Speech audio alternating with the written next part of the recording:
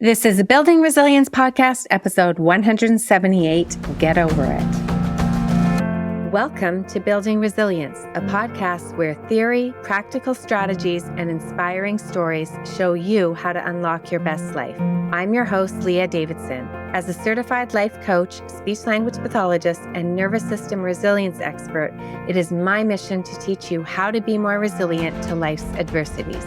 I will show you how to manage your mind, befriend your nervous system, process your emotions, and even eliminate stress. It's time to do more than just survive. It's time to thrive. Let's get started. Hello, everyone. Welcome back to the Building Resilience Podcast. I have wanted to do this episode for a while, and I'm wondering if I say that every single time I talk about an episode, because there's so many different episodes that I want to cover. Sometimes they get bumped by something else that comes up and inspires me. So I may always say that I've wanted to do this episode for a while. It's the same thing in my advanced training in nervous system resilience. Every week I talk about how this is my favorite topic to teach. And then the next week, it's another one of my favorite topics. So like this past week in level 2, we talked all about post-traumatic growth. And then the next week, we're diving into emotional processing. And then we head into chronic pain and illness. And they're all my favorite topics, seriously. So I guess I'm just passionate about everything nervous system related, and all these things are nervous system related. On a side note, a few people have reached out to ask me when the next round of the advanced training in nervous system resilience is going to be. It will be in the fall, 2024, September. So make sure that you're on my wait list so you will be the first to hear. Now, the other day, I was talking to one of my clients. She was sharing with me about an incident she had with someone, and the person essentially had told her she just needed to get over it. And my client said it really, really irritated her that the person told her that. But then in her mind, she said to herself, she really does need to get over it and move on, but she doesn't feel like she can. She felt like things were so unresolved. We had a really great discussion about the whole idea of telling somebody to get over it or wanting to get over something. And I wanted to share some of the thoughts that we talked about here with you today. And before I share some of my coachy stuff about all this, I'm going to share some of my own thoughts, because I know when I shared them with my client, it really resonated with her.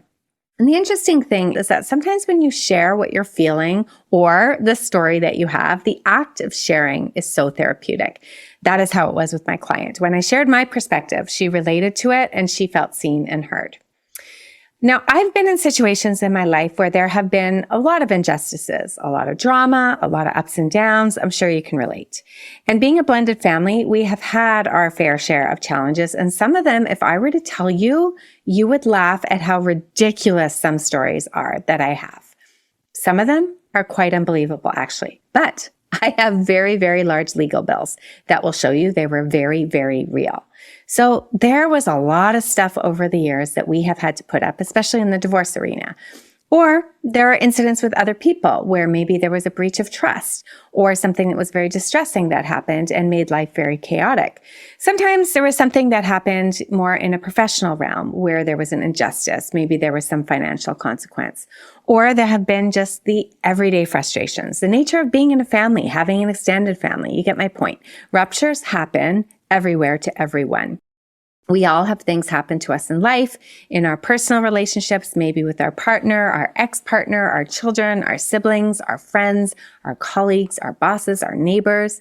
And maybe you were able to handle the situation, you dealt with it, you got through it, you figured it out, you found a way to move forward. But the incident or the exchange that you had, I'm going to call it the rupture, is still there. And it likely took you time and effort and soul searching. Maybe some tears, maybe some pain, maybe some heartache. Maybe it took a toll on your health or it cost you financially. And then time passes. And then maybe there's a reconnect with the other party. Maybe there has always continued to be a connection with whom the rupture occurred. But then after some time has passed, the message becomes, whether directly or indirectly, oh my gosh, are you still not over that? That was years ago. That was ages ago. I thought we were done with that. Why can't you get over it? And I'm sure you're very well aware that someone telling you to get over something that was very painful to you is not going to motivate you to get over it at all. It likely will just make things worse. What is the problem? Why are people not able to get over things? Well, often, and not always, but often the reason people struggle with getting over things, getting over a rupture, is that there was never a repair or a true attempt of a repair. So today I want to talk more about ruptures and repairs. And it's really a phrase that comes from the work of Deb Dana. She says that ruptures in relationships are inevitable. A healthy relationship requires reciprocity, some give and take. And it will still have ruptures, all sorts of ruptures. And what is important is the attempt to repair. A healthy, resilient relationship will have ruptures and then repair. And this cycle actually can help us grow stronger in relationships. It is actually how we navigate these ruptures that can define the health and longevity of our connections. I'll also add here that sometimes it's not somebody verbally saying to you, get over it, but it could be that you bring something up and maybe it doesn't really get acknowledged. It might get dismissed with a platitude or I'm sorry you feel that way. So just because there's not more of aggressive get over it said to you, the absence of the acknowledgement that a rupture was felt is not helpful either. In fact, it can lead to even more ruptures or a disconnect overall in the relationship. Sometimes we may think we're avoiding conflict or taking a high road by not engaging in something, but often we're just silently and dismissively fueling a fire. So I just wanted to mention this because often we think of ruptures as being sort of loud and aggressive, but it can actually be quiet and dismissive, ignoring something or someone, what they're saying that is upsetting to them and just dismissing it. All right, let's go further and break down a little bit. Again, what is a rupture? In relationships, I'd say it refers to any instance where there is a breakdown in communication, trust, or emotional connection. Now, it may show up as arguments, misunderstandings, or betrayals. It can be an omission where something was left out, and it can be a commission where it was more deliberate. And sometimes it can innocently happen. Sometimes it can be very deliberate and even manipulative. So I'm sure you have experienced a rupture. What we often don't always experience is a repair. And while time and distance can help with repairs, it is not a substitute for repairs. And that is what my client was frustrated with. And that kept her stuck. And every time I know for myself I've had a hard time getting over something, it's usually because the repair was non-existent. And then the expectation was that time and distance could fix it all. Or maybe the repair didn't feel genuine, or the attempt of the repair was made, but the rupture was ongoing. Now let's talk about what is involved in a repair. It essentially involves acknowledging a few steps: the harm that was caused, taking responsibility for your actions, and then actively working towards resolution. Repairing allows for healing and growth, reinforces trust and intimacy in a relationship. So acknowledging the rupture really involves acknowledging the harm was caused to one party or another. It can involve a recognition and then the validation of the feelings and the experience of both parties involved. For example, I can see how my words came across as dismissive. This is not the time to say things like, well, it's your thoughts about my words. If you just change your thoughts, you wouldn't be so hurt. Or to share that no one can actually hurt you, you are in charge. Now, while I actually believe these things, it's not the time to share that. And it's not to excuse somebody else's behavior. I do get to think what I want, but you are in charge of your actions that can either help me think nice things about you or struggle with thinking nice things. So acknowledging the rupture. And the validation is not the validation that you're right. It's the validation that you are experiencing whatever you are experiencing. Secondly, it's the taking responsibility, which usually does involve some type of apology. Hopefully it's sincere, because if it's not sincere, then it's not really taking responsibility. So an apology for any wrongdoing or hurt caused, and an express of genuine remorse. For example, I apologize for not communicating with you openly about this. And it needs to be genuine. And note, the responsibility falls on the heels of acknowledging what has happened. And then thirdly, we want to try to communicate openly. It is helpful if you can engage in an honest dialogue, a compassionate dialogue to understand each other's perspectives and feelings. And this can look like, I want to hear your perspective on what happened so we can work through this. Sometimes what happens is there may be an acknowledgement, there may be take responsibility. I apologize for not communicating openly with you. And then there's a shutdown of communication. End of story. There's no room for any other dialogue. That is also not a repair. Now, the next moving forward step is to make amends. Take tangible steps to address the issue and rebuild trust, whether through actions or commitments. So it's not just talk about it once and move on. In fact, part of making amends may require multiple conversations over long periods of time. It really depends on the nature of the rupture. One conversation may totally be enough, but in other conversations for other things, you may need multiple conversations. Words often aren't enough.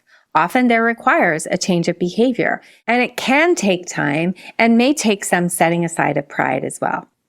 And then we really want to commit to growth. We want to learn from the experience and make a conscious effort to prevent similar ruptures from happening in the future. So those are just some basic steps for a repair, and they seem simple, and often people want to skip over them. They just want the time to pass, just say it's water under the bridge, say a quick sorry, figure it's just now up to the other person to get over it. I don't want conflict. I don't want to cause any problems. But if ruptures are not dealt with adequately, if there's no attempt to repair or the initial attempt failed, then this can lead to resentment and distance and ultimately the deterioration of the relationship. So what happens is unresolved conflicts fester over time, and they create a toxic cycle of hurt and disconnection. And without the repair, the foundation of the relationship weakens, and it becomes even more vulnerable to further ruptures and eventual breakdown. Now, why is telling someone to just get over it or ignoring it altogether not effective?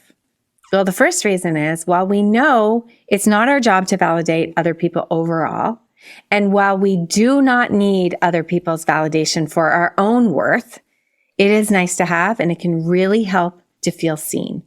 If you dismiss someone's feelings by telling them to just get over it or minimizing or dismissing what they're sharing, it invalidates their emotional experience. It sends a message that their feelings are unimportant or unwarranted, which can cause further hurt and resentment. That may not be your intention, but you need to be aware of what message you could be sending. Secondly, it really lacks compassion. When we're saying something like get over it or just dismissing something, it demonstrates a lack of compassion and understanding towards the person's situation. Instead of empathizing with their struggles and offering support, it minimizes their emotions. Thirdly, it overall suppresses communication. Encouraging somebody to get over it or just ignoring attempts at talking about it discourages open and honest communication. It shuts down the opportunity for dialogue, for resolution, makes it really difficult for the individual to express their thoughts and feelings in a safe and supportive environment. And it's going to impact things down the road for sure. So if this is a relationship that you care about, you may want to consider making an actual repair. Fourthly, it can really just escalate conflict rather than resolve it.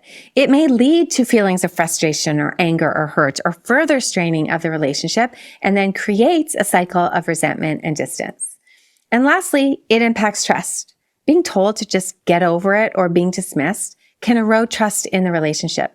It signals a lack of trust and understanding in the other person's ability to handle their emotions and work through challenges together, potentially damaging the foundation of trust that really is essential for all our healthy relationships. Now, instead of telling somebody to just get over it or dismissing it, it's important to approach the situation with empathy, validation, and a willingness to listen.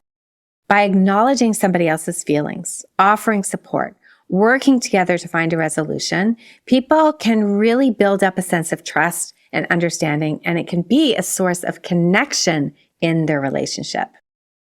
All that being said, there are some very good reasons to get over things if we so choose. And while it's not for anyone to tell me or to tell you to get over something, I do want to acknowledge that it is a choice that is always on the table. No one can make you feel a certain way. You are in charge of your own thoughts and feelings. So you may decide that getting over it, letting go, changing your story, and offering yourself even the gift of forgiveness is what you want to do simply because it feels better for you. There's an expression that says holding on to resentment and anger is like drinking your own poison because it ultimately harms you more than anybody else. Let's talk about some of the negative impacts that can happen to you if you don't let things go. Well, we know that overall there's an impact on mental health. Not letting go can really eat away at your mental health, leading to increased stress and anxiety and even depression. It keeps you trapped in a cycle of negative emotions and can really hinder your ability to experience peace and joy and happiness. There can also be physical consequences as well. So the stress and the negative emotions associated with not letting things go can take a toll on you.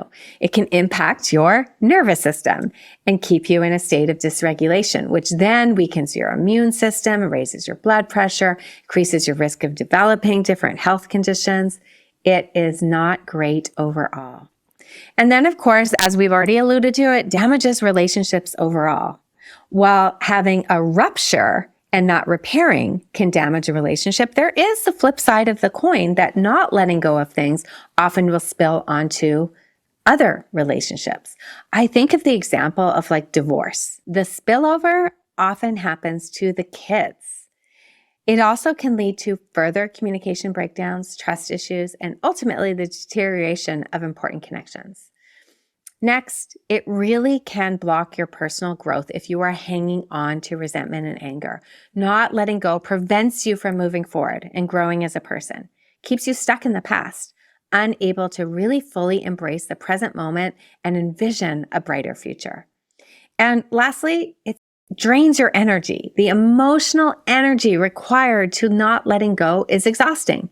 It consumes your mental and your emotional resources, leaves you feeling drained and depleted. So ultimately, not letting go only serves to harm yourself, while the person or situation you're upset with may be completely unaffected. Lastly, let's take a look at what happens to our nervous system when we let go or don't let go. When we don't let go, or don't forgive, or don't move on, our nervous system can actually stay activated. And then the story we tell ourselves will be from that activated state. We get stuck in survival mode. We get stuck in protection mode and will continue to stay there. When we do let go or do forgive, our nervous system can return to regulation. And now the story we can tell can come from that place of calm and confidence and curiosity. It can come from that zone of tolerance and resilience and compassion. We enter into connection mode and we can thrive. So I do think it's important to learn how to let go, but it's not going to be encouraged when somebody just tells you to get over it. Now, letting go is so much easier if genuine attempts of repair have been made. And I know the real challenge becomes, what do you do if there's been no attempt to repair, which is often the case, or it's been dismissed? This is where we do fall back on the only thing that you can control is you. You get to decide your own timeline, how you respond. It can help to know how not letting go impacts you and your health overall, which is why I wanted to share with you some of those things. Now, overall, ruptures will always be there. In a healthy relationship, we want to make sure that we're actively trying to repair. This is how resilience is built in relationships. Ultimately, though, it is up to us to decide to let things go, to get over things, so to speak. But it needs to be our decision and not something that somebody else tries to force upon us. It is also up to us to attempt to make the repair, to take accountability, to take responsibility, and do what we can to make amends and rebuild that trust and create that connection in the relationships that are most important to us. I hope you found that helpful, and I will see you next time. Thank you for listening to the Building Resilience podcast. If you're interested in learning a little bit more about managing stress, building resilience, and leading a more purposeful life, then make sure we're connected on Instagram and Facebook at Leah Davidson Life Coaching. You can also subscribe to my weekly newsletter at www.leahdavidsonlifecoaching.com/newsletter. Looking forward to connecting.